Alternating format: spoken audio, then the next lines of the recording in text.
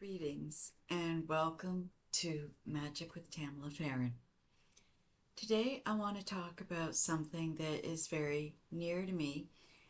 Um, I got asked the other day why I wear either a pentacle or stone jewelry. What is the need? Is it to put it out there what I am? And I said, farthest thing from it. I mean, you will get the people out there that have to have a pentacle that is like that big right here, and they want the attention. Kind of like any other belief structure that does that too.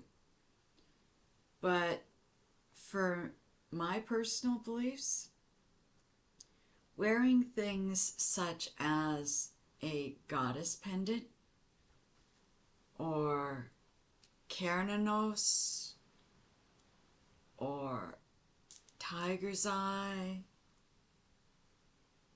or Evil Eye or a moon stone.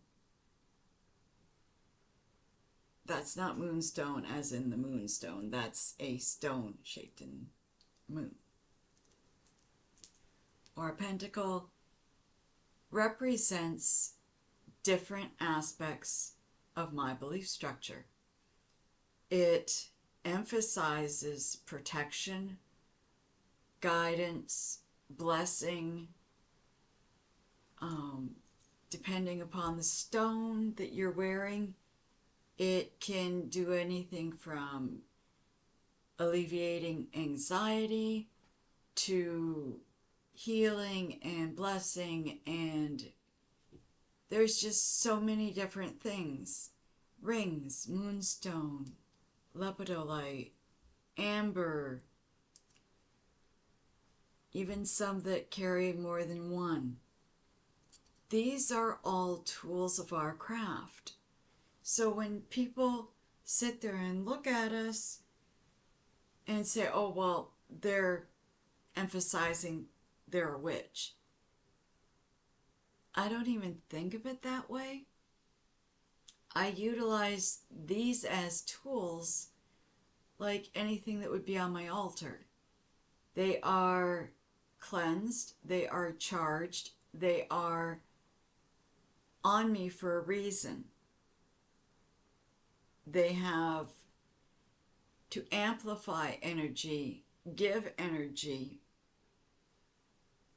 focus on what I'm doing. If I am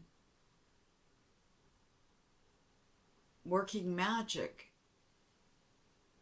sometimes specific pieces of jewelry amplify for that magic for me. If I'm leaving the house and I want protection, this amplifies that protection for me. If I am using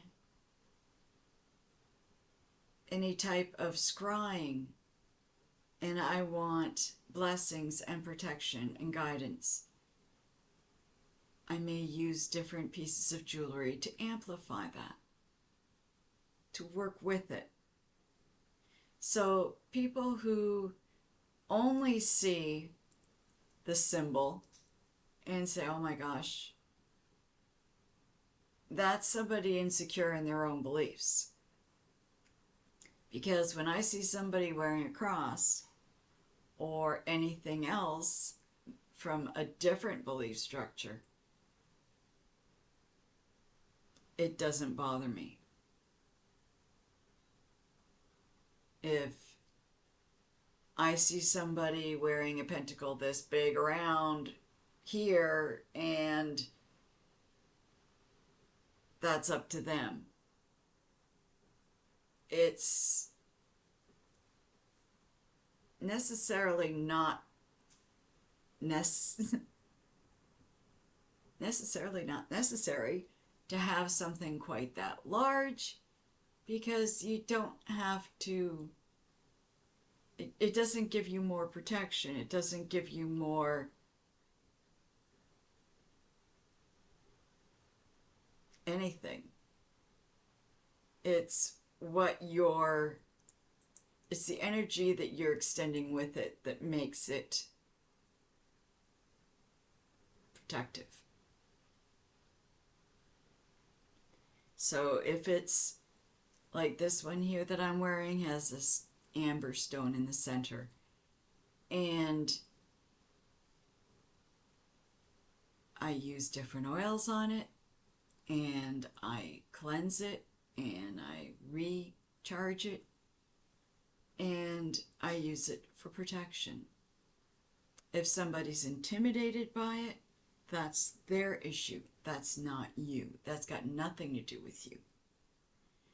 But jewelry is, and I find, an extensive tool to utilize.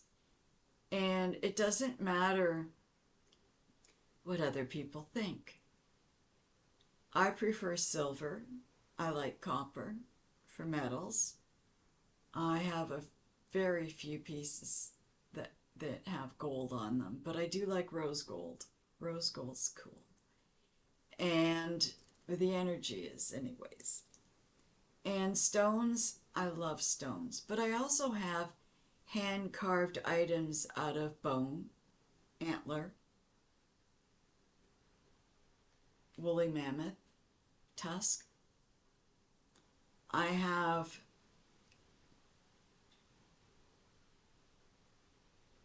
all different connections to animals and earth that amplify all the magic that I do.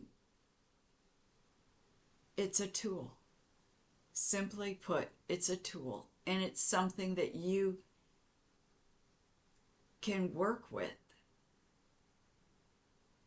It's not unlike the fact that we use crystals and stones on grids and altars.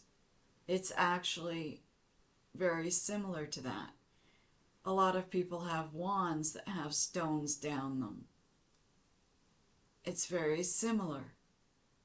It's a connection with something that is from the earth that we amplify and figure into our magic. We work with the energy of it. So the next time somebody says, well, why do you have all that jewelry on? Or why do you use that? Why don't you just kind of like hide it? You don't have to hide what you are. You don't have to overdo it. But using it for your protection, for your guidance, for your magic is sacred. And don't let anyone else tell you otherwise. So, jewelry is as personal as our tools on our altar. It's as simple as that. They're sacred, just like the tools that we use for doing readings, for doing any type of magic. It's sacred. And we use these and work with them as wonderfully as we work with nature herself. You have a lovely day. I will have a couple more videos putting up in a little bit. One will be a full moon reading. Gosh, she was lovely last night. And, well, the other's a surprise.